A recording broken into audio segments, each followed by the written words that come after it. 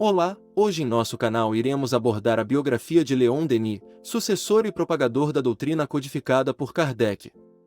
No entanto, solicitamos neste momento sua inscrição e seu like ao canal, para nos auxiliar a continuarmos a divulgação da doutrina espírita. Agradecemos. Então, comecemos. Leon Denis nasceu num lugarejo chamado Fougue, situado nos arredores de Tours, na França, em 1º de janeiro de 1846. Sua casa era humilde, assim como os pais Josephine, que era materialista, e Ana Lúcia Denis, que era espírita. Cedo conheceu, por necessidade, os trabalhos manuais e os pesados encargos da família. Desde os seus primeiros passos neste mundo, sentiu que os amigos invisíveis o auxiliavam. Ao invés de participar de brincadeiras próprias da juventude, procurava instruir-se o mais possível. Lia obras sérias, conseguindo, assim com esforço próprio, desenvolver sua inteligência. Era um autodidata sério e competente. Jamais desperdiçou um minuto sequer de seu tempo, com distrações frívolas, às quais a maior parte dos homens recorre para matar as horas. Com 12 anos concluiu o curso primário, e a situação modesta de sua família não lhe permitiu grandes estudos. Desde cedo tinha problemas com sua saúde física, seus olhos principalmente. Tinha 16 anos quando salientou-se como um dos melhores oradores e dos mais ardentes propagandistas.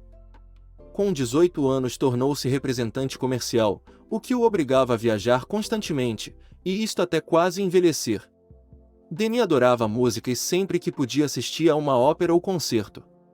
Gostava de dedilhar, ao piano, áreas conhecidas, de tirar acordes para seu próprio devaneio. Não fumava, era quase exclusivamente vegetariano e não fazia uso de bebidas fermentadas. Encontrava na água a bebida ideal. Era seu hábito olhar, com interesse, para os livros expostos nas livrarias. Um dia, ainda com 18 anos, o chamado acaso fez com que sua atenção fosse despertada para uma obra de título inusitado. Esse livro era O Livro dos Espíritos de Allan Kardec. Dispondo do dinheiro necessário, comprou-o e, recolhendo-se imediatamente ao lar, entregou-se com avidez à leitura. O próprio Denis falou: nele encontrei a solução clara, completa, lógica, acerca do problema universal. Minha convicção tornou-se firme. A teoria espírita dissipou minha indiferença e minhas dúvidas. Como tantos outros, procurava provas, fatos precisos, para apoiar minha fé, mas esses fatos demoraram a vir. A princípio insignificantes, contraditórios, mesclados de fraudes e mistificações, não me satisfizeram. Por vezes, pensei em desistir, mas, sustentado por uma teoria sólida e de princípios elevados, não desanimei. Parece que o invisível deseja experimentar-nos, medir nosso grau de perseverança, exigir certa maturidade de espírito antes de entregar-nos a seus segredos. Encontrava-se em trabalhos de experimentações, quando Allan Kardec viera a Tours, e todos os espíritas foram convidados a recebê-lo e saudá-lo. Em 1880, pelas cidades e vilas que percorria, por força de seus afazeres, pronunciava conferências e fundava círculos e bibliotecas populares. É incalculável o número de conferências por ele proferidas na França, no propósito de propagar a Liga de Ensino, fundada por Jean Massé. O ano de 1882 marca, em realidade, o início de seu apostolado, no qual teve que enfrentar sucessivos obstáculos, o materialismo e o positivismo que olham para o espiritismo com ironia e risadas, os crentes das demais correntes religiosas que não hesitam em se aliar com os ateus, para ridicularizá-lo e enfraquecê-lo. Mas Denis, porém, como bom paladino, enfrenta a tempestade. Os companheiros invisíveis colocam-se ao seu lado para encorajá-lo e exortá-lo à luta. Coragem, amigo, diz-lhe o espírito de Jane, estaremos sempre contigo para te sustentar e inspirar. Jamais estarás só. Meios ser-te-ão dados, em tempo, para bem cumprires a tua obra.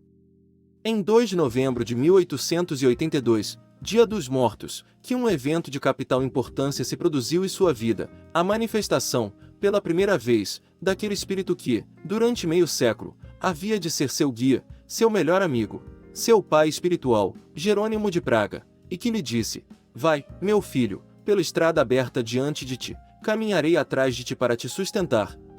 E como Leon Denis indagasse se seu estado de saúde o permitiria estar à altura da tarefa, recebeu esta outra afirmativa: coragem, a recompensa será mais bela. A partir de 1884, achou conveniente fazer palestras visando a maior difusão das ideias espíritas. Escreveu, em 1885, o trabalho O Porquê da Vida, em que explica com nitidez e simplicidade o que é o espiritismo. Em 1892, recebeu um convite da Duquesa de Pomar para falar de espiritismo em sua residência, numa dessas manhãs célebres, em que se reunia quase toda Paris. Ele ficou indeciso, temeroso. Depois de muito meditar, pesando as responsabilidades, aceitou o convite. O êxito de seu livro depois da morte situara-o como escritor de primeira ordem. Os grandes jornais e revistas ecléticas o solicitavam, as tiragens sucessivas desse livro esgotavam-se rapidamente. Eis a notícia publicada por Le Journal, de Paris, acerca da reunião na casa da Duquesa. A reunião de ontem foi uma das mais elegantes, ouvindo-se a conferência de Leon Denis sobre a doutrina espírita. De uma eloquência muito literária, o orador soube encantar o numeroso auditório, falando-lhe do destino da alma, que pode, diz ele, reencarnará até sua perfeita depuração. Ele possui a alma de um Bossuet, soube criar um entusiasmo espiritualista. A principal obra literária de Denis foi a concernente ao espiritismo, mas escreveu, outro assim, segundo o testemunho de Henri Salce, várias outras, como Tunísia, Progresso, Ilha de Sardenha, etc. A partir de 1910, a visão de Leon Denis foi, dia a dia, enfraquecendo-se. A operação a que se submeteu, 2 anos antes, não lhe proporcionara nenhuma melhora. Suportava, com calma e resignação, a marcha implacável desse mal que o castigava desde a juventude. Tudo aceitava com estoicismo e resignação. Jamais o viram queixar-se. Todavia, bem podemos avaliar quão grande lhe devia ser o sofrimento. Mantinha volumosa correspondência. Jamais se aborrecia, amava a juventude, a alegria da alma. Era inimigo da tristeza. O mal físico, para ele, devia ser bem menor do que a angústia que experimentava pelo fato de não mais poder manejar a pena. Secretarias ocasionais a substituíam nesse ofício. No entanto, a grande dificuldade para Denis consistia em rever e corrigir as novas edições de seus livros e de seus escritos. Graças, porém, ao seu espírito de ordem, a sua incomparável memória superava todos esses contratempos sem molestar ou importunar os amigos. Depois da morte de sua genitora, uma empregada cuidava de sua pequena habitação.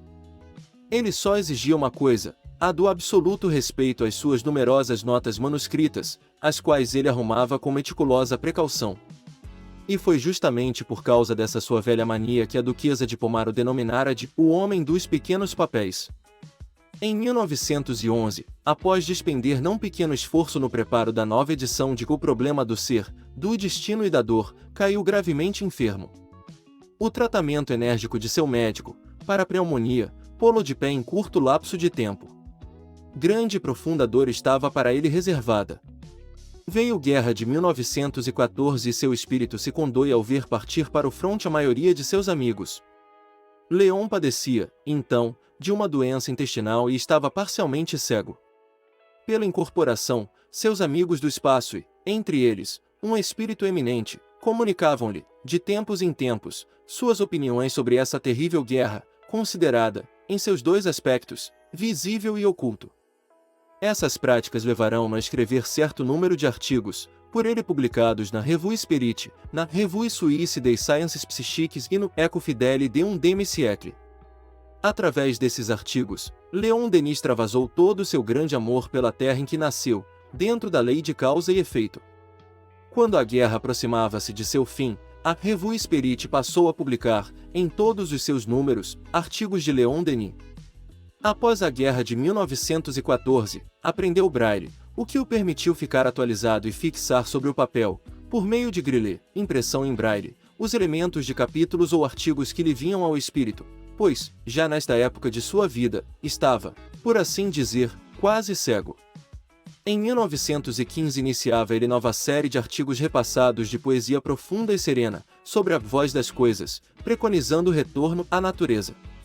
Nesta época um forte vento soprava contra o kardecianismo. O fenomenismo metapsiquista espalhava, aos quatro ventos, a doutrina do filosófico puro.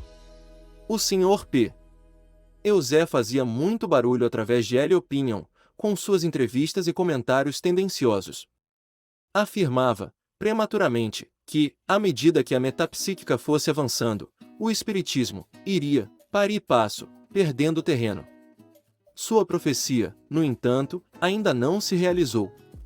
Após a vigorosa resposta do Sr. Jean Meyer, pela Revue Spirit, Leon Denis, por sua vez, entrou na discussão, na qualidade de presidente de honra da União Espírita Francesa, em carta endereçada ao Matin, na qual estabelecia, com admirável nitidez, a diferença existente entre o espiritismo e o metapsiquismo.